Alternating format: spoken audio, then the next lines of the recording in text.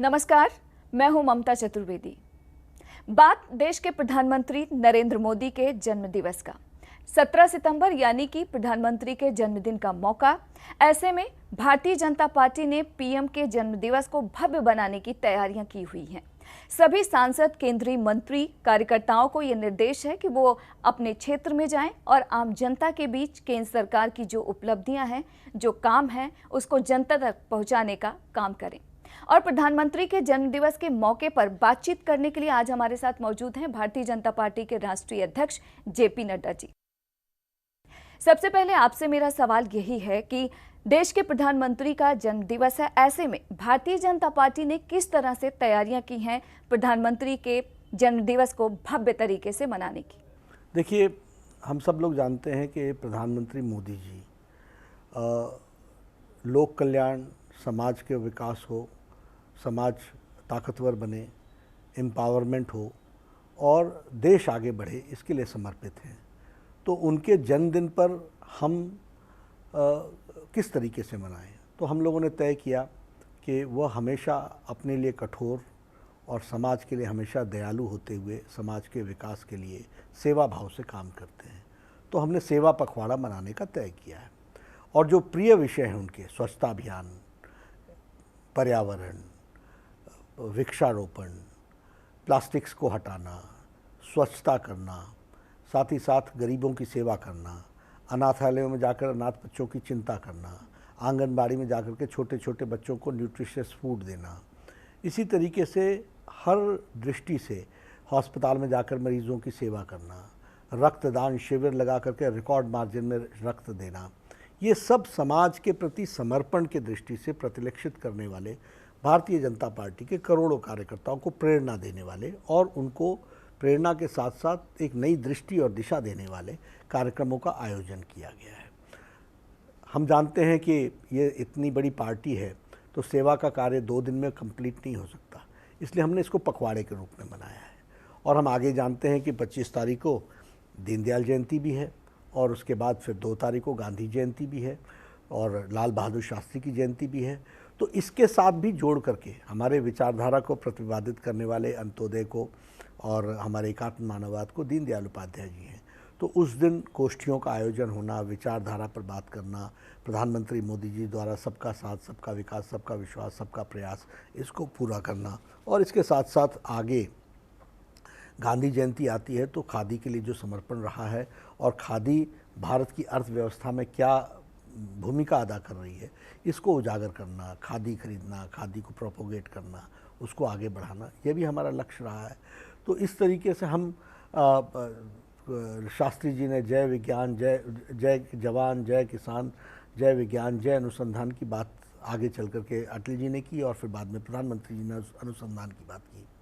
तो मोदी जी ने जय जवान के लिए क्या किया, जय किसान के लिए क्या किया, जय विज्ञान के लिए क्या किया, जय अनुसंधान के लिए क्या किया, ये सारी बातों को रखते हुए इस पखवाड़े के माध्यम से हम मोदी जी के जन्मदिन से लेकर गांधी जी की जयंती तक हम पूरे कार्यक्रम को पूरा करने का हम लोगों का प्रयास है।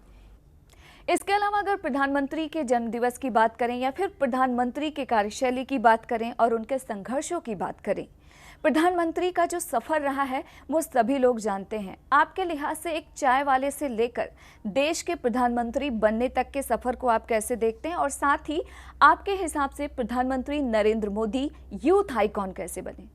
देखिए, उनका समर्पण और उनका लक्ष्य के तरफ कार्य करने की अटूट इच्छा शक्ति और सतत विचारशील होकर के समाज के लिए क्या उपयोगी है, देश के लिए क्या उपयोगी है, क्या हमको देश को आगे ले जाने के लिए चाहिए, इसके प्रति हमेशा विचारशील रहना और विचारशील होने के साथ साथ उसको एक अमली जामा पहनाना, उसको पूरा करना, ये इसके प्रति उनकी अटूट कमिटमेंट रही है। और इसलिए यूथ ही नहीं, सारा समाज, सारा देश इस बात से प्रभावित होता है।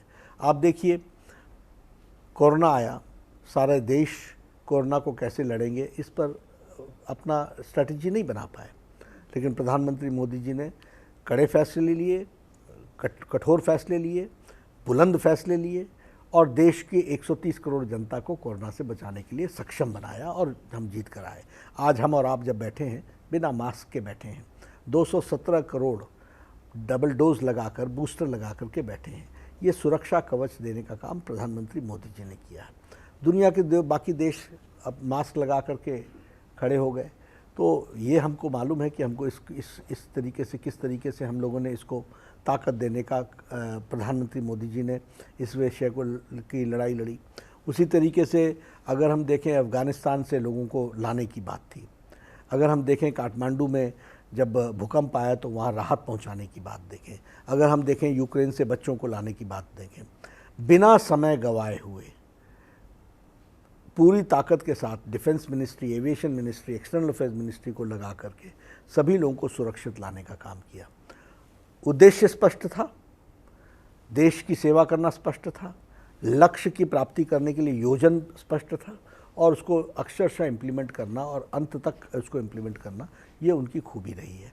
इसलिए यूथ भी हो, समाज हो, देश हो, उनके योजन के प्रति हमेशा उसकी तारीफ़ भी करता है।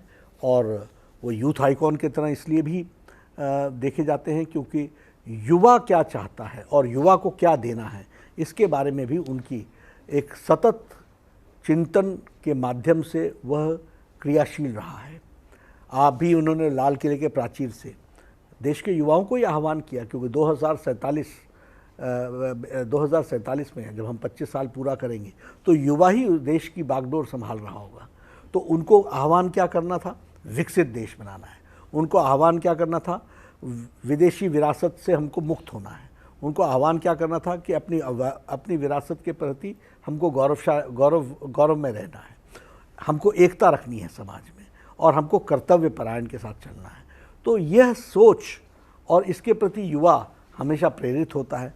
तो ऐसे रोड मैप देना और इसके लिए सोच करके करना, ये प्रधानमंत्री मोदी जी ने हमेशा बखूबी किया है। तो ये हमको देखने को मिलता है। देखा जाए तो हिंदुस्तान की तारीफ देश के अंदर तो होती ही है, अंतर्राष्ट्रीय स्तर पर भी होती है। क्योंकि यूक्रेन की यदि बात करें तो जिस तरीके से यूक्रेन में युद्ध हुआ, सभी लोगों की निगाहें भारत पर लगी रहीं, भारत के प्रधानमंत्री नरेंद्र मोदी पर लगी रहीं कि वो मदद करेंगे। और अंतर्राष्ट्रीय स्तर पर कई देशों को इस बात का भरोसा था कि यदि प्रधानमंत्री नरेंद्र मोदी चाहें तो यूक्रेन और रूस के बीच जो युद्ध चल रहा है वो समाप्त हो सकता है।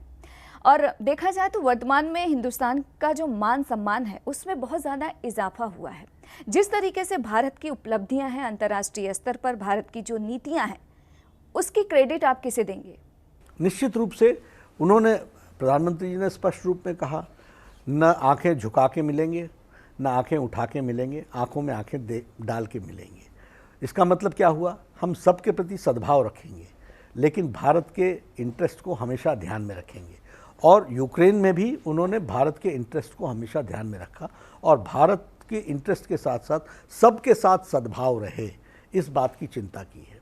अगर 100 देशों को वैक्सीन पहुंचाई है, अगर 50 देशों को मुफ्त वैक्सीन पहुंचाई है, तो ये हमारा वसुधैव कुटुंबकम, ये वर्ल्ड इज़ वन फैमिली, इसको प्रतिलक्षित करता है। इसके साथ साथ हमारे भारत के लोगों का इंटरेस्ट यह प्राइमरी रहे, यह उन्होंने स्पष्ट रूप में, क्योंकि वह लक्ष्य से स्पष्ट हैं और उस लक्ष्य की प्राप्ति के लिए इन सब चीज़ों को करने के लिए वो आगे बढ़ते हैं।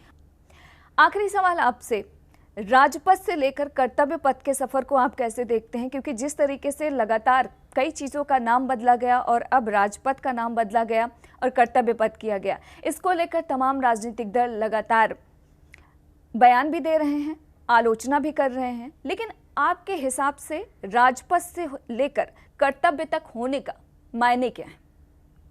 नाम ही नहीं बदलते हैं, काम भी बदलते हैं। राजपथ से बोध क्या होता था? किंग्स वे, यानी आने वाला व्यक्ति भी राज करने के लिए आया है, घूमने वाला व्यक्ति भी समझता था यहाँ राजा रहते हैं। आज कर्तव्य पथ से क्या बोध होता है? आने वाला व्यक्ति भी सोचता है कि हम यहाँ आए हैं तो हमको कर्तव्य का पालन करना है, और गुजरने वाला व्यक्ति भी सोचते के ध्यान में आता है, संस्कार पैदा होता है कि यहाँ जो भी आएगा वो कर्तव्य के पालन के लिए आएगा। तो नाम ही नहीं बदलना है, काम बदलना है, संस्कार बदलना है। और उन्होंने तो लाल किले के प्राचीर से कहा कि पुरानी जो हमारी गुलामी की पहचान है उससे हमको मुक्त होना है, तो वो उन्होंने करके दिया है। लोक कल्याण मार्ग, रेस कोर्स। अब रेस कोर्स की अगर हम बात करें तो वह शब्द और लोक कल्याण मार्ग, अब आज वह स्थान लोक कल्याण के लिए उसने कई स्कीम्स दे करके देश की तस्वीर बदली है, तो आज वो सच में लोक कल्याण मार्ग है और वो लोक कल्याण की जगह है। तो यह संस्कार के साथ जोड़ते हुए प्रेरित करने वाला, दृष्टि देने वाला, ऐसे नामकरण करना, और नाम ही नहीं करना, काम भी वैसे करना, और काम पहले करना तब नाम बनाना। आपने हमें समय दिया, उसके लिए आपका बहुत बहुत शुक्रिया। धन्यवाद। तो आप सुन रहे थे, हमारे साथ मौजूद थे भारतीय जनता पार्टी के राष्ट्रीय अध्यक्ष जेपी नड्डा जी, जिन्होंने बताया कि देश के प्रधानमंत्री नरेंद्र मोदी की अंतर्राष्ट्रीय स्तर पर छवि किस तरह से है, और क्योंकि प्रधानमंत्री का जन्मदिन है, ऐसे में भारतीय जनता पार्टी ने तमाम तैयारियां की हुई हैं प्रधानमंत्री के जन्मदिवस को भव्य तरीके से मनाने की। हालांकि प्रधानमंत्री की तरफ से निर्देश है कि उनका जन्मदिन ना मनाया जाए, लेकिन पार्टी की तरफ से अलग अलग तरीके से प्रधानमंत्री के जन्मदिन दिवस को यादगार बनाने की कोशिश की जा रही है, ताकि जो केंद्र सरकार की उपलब्धियां हैं वो देश की जनता तक पहुंच सके। फिलहाल आप हमें इजाजत दीजिए और देखते रहिए जनतंत्र टीवी।